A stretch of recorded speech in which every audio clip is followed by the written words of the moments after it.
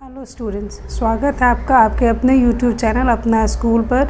मैं अश्विता आज आप लोगों को क्लास 9 का चैप्टर 2 संसाधन के रूप में लोग पढ़ाने वाली हूँ। इस चैप्टर में हम लोग देखेंगे कि हम किस तरीके से मनुष्य को एक संसाधन के रूप में यूज़ कर सकते हैं, किस तरह हम अपनी जनसंख्या को एक संसाधन के रूप में बना सकते हैं अपने समाज के लिए और अपने देश की तरक्की के लिए। आइए हम लोग क्लास स्टार्ट करते हैं। हम सबसे पहले देखेंगे कि हम किन लोगों को या हम जनसंख्या के किस हिस्से को संसाधन कह सकते हैं। देश के कार्यशील लोग जिनमें कुशलता और योग्यता हो, देश के वो सारे लोग जिनके अंदर योग्यता हो कुछ करने की, कोई काम करने की, साथ ही साथ वो जो भी काम कर रहे हो उसमें उनकी अच्छी कुशलता हो, वो लोग क्या कहलाएंगे? संसाधन। वो हमारे देश के लिए संसाधन कहलाएंगे। जनसंख्या चाहे जो भी हो, मतलब जितने भी लोग हैं, हम सबको संसाधन के रूप में नहीं देख सकते। हम उन लोगों को ही संसाधन के रूप में देख सकते हैं जो जिनमें क्या हो कुशलता और साथ ही साथ जिनमें क्या हो योग्यता हो। फिर हम क्या देख रहे हैं? जो सकल राष्ट्रीय उत्पाद में योगदान देते हैं, हम उन्हीं लोगों को संसाधन के रूप में देखेंगे जो किस में योगदान देते हैं? सकल राष्ट्रीय उत्पाद। सकल राष्ट्रीय उत्पाद की बात की जाए तो ये क्या होता है, इसके बारे में पहले हम जान लेते हैं। तो देश के नागरिकों द्वारा प्रदान किए जाने वाले श्रम, देश के नागरिकों द्वारा प्रदान किए जाने वाले श्रम और संपत्ति द्वारा एक वर्ष में उत्पादित सभी वस्तुओं और सेवाओं का बाजार मूल्य क्या होता है? सकल राष्ट्रीय उत्पाद। तो जो जनसंख्या सकल राष्ट्रीय उत्पाद में अपना योगदान देते हैं, हम उन्हीं को क्या कहेंगे? संसाधन कहेंगे। और ये संसाधन के रूप में लोग क्या होते हैं? जनसंख्या का एक सकारात्मक पक्ष होते हैं। वो सकारात्मक इसलिए होते हैं क्योंकि वो अपने देश के लिए और समाज के लिए कुछ अच्छा करते हैं, कुछ अच्छा कंट्रीब्यूट करते हैं। मानव संसाधन को और अधिक शिक्षा तथा स्वास्थ्य द्वारा और विकसित किया जाता है। मानव संसाधन, ये जो भी लोग हैं जिनके अंदर कुशलता है, जिनके अंदर योग्यता है और जो सकल राष्ट्रीय उत्पाद में अपना योगदान देते हैं, ये क्या होते हैं? जनसंख्या का सकारात्मक पक्ष होते हैं और ये क्या कहलाते हैं? मानव संसाधन कहलाते हैं। इस संसाधन को हम क्या कहेंगे? मानव संसाधन। और मानव संसाधन को हम और अधिक शिक्षा, ज़्यादा शिक्षा और अच्छा स्वास्थ्य द्वारा और विकसित कर सकते हैं, इसके वो और भी बेहतर बना सकते हैं। और जब हम इसे बेहतर बनाएंगे तो फिर ये क्या बनेगा? पूंजी, मानव पूंजी। ये क्या बनेगा? मानव पूंजी बनेगा, जिसको हम इन्वेस्ट करके क्या कर सकते हैं? अपने देश में कुछ अच्छा उत्पादन कर सकते हैं, जो देश की उत्पादक शक्ति में वृद्धि करता है। बिल्कुल सही बात है। जब मनुष्य हमारा पूंजी बन जाएगा तो वो अच्छा काम करेगा और देश की जो उत्पादकता होगी उसमें क्या होगी? वृद्धि होगी। अधिक शिक्षित या बेहतर प्रशिक्षित लोगों की उच्च उत्पादकता के कारण होने वाली अधिक आय और अधिक स्वस्थ लोगों की उच्च उत्पादकता क्या होगी? मानव पूंजी कहलाएगी। जब लोग अधिक शिक्षित होंगे, ज़्यादा से ज़्यादा वो पढ़ाई करेंगे, ऊंची क्लास तक वो पढ़ेंगे, साथ ही साथ उनके अंदर अच्छी प्रशिक्षण होगी, उनके अंदर अच्छी ट्रेनिंग होगी, तो उनके अंदर क्या होगा?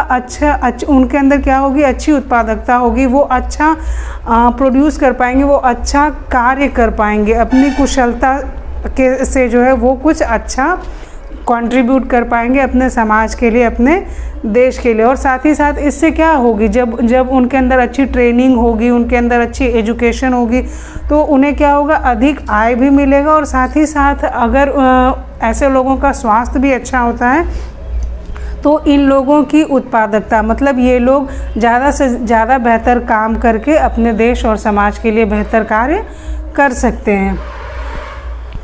मानव संसाधन ही अन्य संसाधनों जैसे भूमि, अगर हम बात करें, मानव संसाधन ही अन्य संसाधनों जैसे भूमि और भौतिक पूंजी का बेहतर उपयोग करता है। ये बात बिल्कुल सही है। मानव संसाधन जैसे अगर भूमि की बात की जाए या फिर और भी जो भौतिक पूंजी हो गई, जैसे हमारा मकान हो गया या मशीन हो गए, टूल्स हो गए, इन सब का उपयोग कौन करता है? इन सब का उपयोग मानव ही कर सकता है। ये सब अपने आप में काम नहीं करेंगे, ये सब अपने आप में अनाज, जैसे भूमि जो है वो अपने आप में ही खुद से अनाज उपजा के नहीं देगी, उसके लिए हमें उसमें अनाज बीज डालना होगा, उसके बाद वहाँ से हमें खेती करके अपना जो भी उत्पादन है वो हमें करना होगा। तो वही बता रहा है कि मानव संसाधन ही अन्य संसाधन जैसे भूमि हो गए, भौतिक पूंजी हो गए, इन सब का बेहतर उपयोग कर सकता है।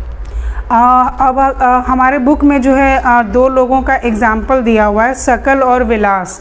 इन दोनों के एग्जाम्पल से हम देखने की कोशिश करेंगे कि किस प्रकार का इंसान मानव संसाधन बन सकता है। सकल जो है उसकी सकल और विलास जो है वो एक गांव में रहते हैं, वो दोनों दोस्त हैं। अगर सकल की बात की जाए तो उसके माता पिता जो हैं, उसके पिता जो हैं वो खेत में काम करते हैं और माता कहाँ काम करती है, वो घर पे काम करती है। सकल जो है वो स्कूल जाता है, साथ ही साथ उसको पढ़ने में इंटरेस्ट है, उसको पढ़ना अच्छा लगता है, उसका स्वास्थ्य भी अच्छा है। और विलास की बात की जाए तो विलास के माता और पिता दोनों ही मछली बेचने का काम करते हैं। साहूकार से, ज़मींदार के तालाब से जो है मछली लेकर के उन्हें बेचने का काम करते हैं और 150 रुपये पर डे वो कमाते हैं, जो कि उनके फैमिली के लिए बहुत ही ज़्यादा कम है। फिर भी वो उसी में अपना जीवन किसी तरह यापन करते हैं। और जब विलास 2 साल का था उसी समय उसके पिता की मृत्यु हो जाती है और माँ ये मछली बेचने का कार्य आगे करती रहती है।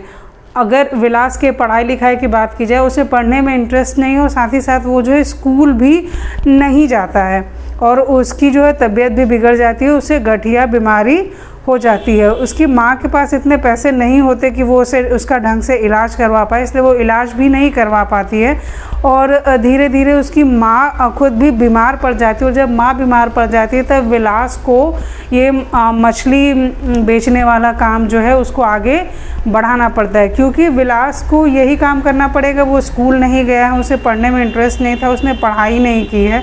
और वही अगर सकल की बात की जाए तो सकल को स्कूल जाना अच्छा लगता था, वो स्कूल जाता था, साथ ही साथ उसका पढ़ने में भी मन लगता था और उसके स्वास्थ्य भी अच्छा था। सकल पढ़ता गया, फिर उसने कंप्यूटर की डिग्री प्राप्त की और एक प्राइवेट फर्म में नौकरी कर ली।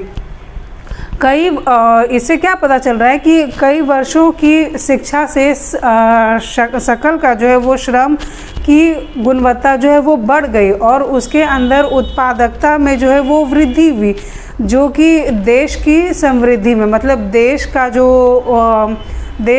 जो विकास है वो उसमें अपना योगदान देता है। और अगर विलास की बात की जाए तो उसने पढ़ाई नहीं की, वो क्या कर रहा है, वो वही काम कर रहा है जो उसकी माँ करती थी, मछली बेचने का। वही बहुत ही कम पैसा कमा रहा है, मुश्किल से वो अपने घर का गुजारा कर रहा है। वो क्या बन गया, वो एक अकुशल श्रमिक बन गया और वो अपने देश की बढ़ोतरी, मतलब देश के विकास में कुछ अच्छा योगदान नहीं कर पा रहा है। तो अगर हम बात करें सकल और विलास में से मानव संसाधन कौन कहलाएगा, तो हमारा सकल जो है वो मानव संसाधन कहलाएगा, क्योंकि उसने अच्छी शिक्षा प्राप्त की, उसका स्वास्थ्य भी अच्छा रहा, साथ ही साथ वो जो है उसने कंप्यूटर डिग्री कर ली, तो उसके बाद वो नौकरी करने लगा और उससे उसकी आय भी होने लगी, जिससे उसका जीवन स्तर भी बेहतर हुआ और वो देश के विकास में भी अपना योगदान देने लगा। हमारे बुक में एक देश जापान के बारे में भी एग्जाम्पल है कि वो किस तरीके से एक धनी देश बना। जापान ने क्या किया, मानव संसाधन में निवेश किया। मानव संसाधन में निवेश किया मतलब शिक्षा और स्वास्थ्य। अपने जनसंख्या के शिक्षा और स्वास्थ्य में जापान ने क्या किया, निवेश किया। उन्हें बेहतर शिक्षा दी और बेहतर स्वास्थ्य सुविधा दी। जापान के पास बहुत अधिक प्राकृतिक संसाधन नहीं थे, तो उसने फिर क्या किया, दूसरे देशों से प्राकृतिक संसाधन आयात किए। दूसरे देश से प्राकृतिक संसाधन जो थे वो उसने मंगवाए और जो जापान के पास जो भूमि थी और जो पूंजी थी उसका कुशलता से क्या किया, उपयोग किया। कुशलता से उपयोग करते हुए तब उसने क्या किया कि प्रौद्योगिकी मतलब टेक्नोलॉजी विकसित की, अच्छी टेक्नोलॉजी विकसित की और इस तरीके से वो एक धनी देश बना। उसने किन किन चीज़ों में टेक्नोलॉजी विकसित की, जैसे ऑटोमोबाइल्स, जैसे गाड़ी वगैरह हो गए, मोटरसाइकिल हो गए, कार हो गए, इसमें हो गए, साथ ही साथ इलेक्ट्रॉनिक्स जो वस्तुएं हमारे बिजली के उपकरण होते हैं उसने उसमें तरक्की की।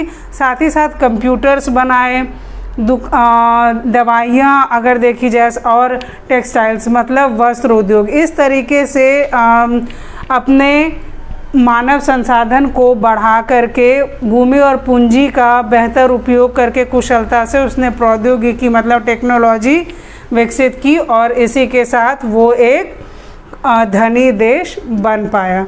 और वहाँ के ज़्यादातर जनसंख्या को उसने क्या किया, मानव संसाधन के रूप में बदल लिया। तो इस एग्जाम्पल से हम ये देख पाते हैं कि मानव संसाधन को बनाने के लिए हमें किन चीज़ों में निवेश करना पड़ता है, शिक्षा और स्वास्थ्य। आज के क्लास में हम यहीं तक पढ़ेंगे, मिलते हैं हम कल, और इससे आगे हम लोग कल पढ़ेंगे। तब तक आप हमारे चैनल पर बने रहिए। धन्यवाद।